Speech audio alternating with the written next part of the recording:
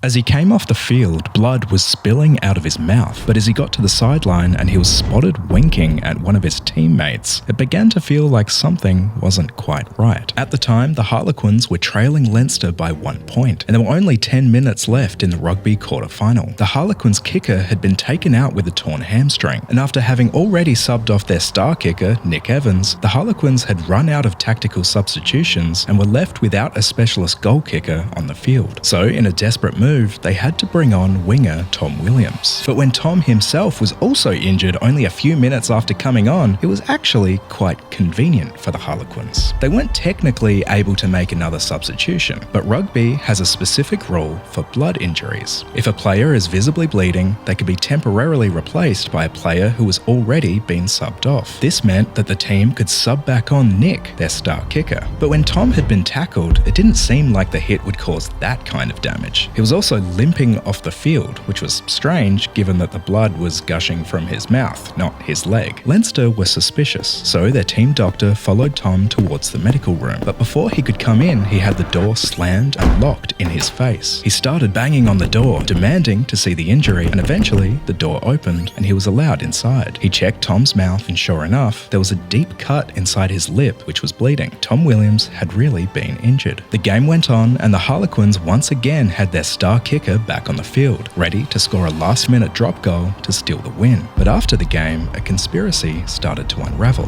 In replays of the game footage, people noticed that the Harlequins physio secretly handed something to Tom, which he slipped into his sock. Then, right before he was taken off the field, Tom reached into his sock, taking something out, dropping it on the grass and fumbling to find it, and then finally pushing it into his mouth. The theory was that Tom had used a fake blood capsule, probably from a joke shop, but that still didn't explain how Tom actually had a real cut in his mouth. So what really happened? Well, as it turned out, the entire thing was orchestrated by the Harlequins director of rugby, Dean Richards, and the physio, Steph Brennan. Tom had in fact initially used a blood capsule, but when the Leinster doctor had become suspicious and demanded to see the injury in the medical room, panic set in, and the club doctor had then actually frantically cut open Tom's lip with a stitch cutter to hide the truth. Investigators later discovered that the club had used this tactic on at least 4 other occasions. The Harlequins were hit with a £260,000 fine, the director was banned from coaching for 3 years, the physio got a 2-year ban, and the doctor who cut Tom was suspended. Oh yeah, and remember that final kick that Nick Evans took to win the game?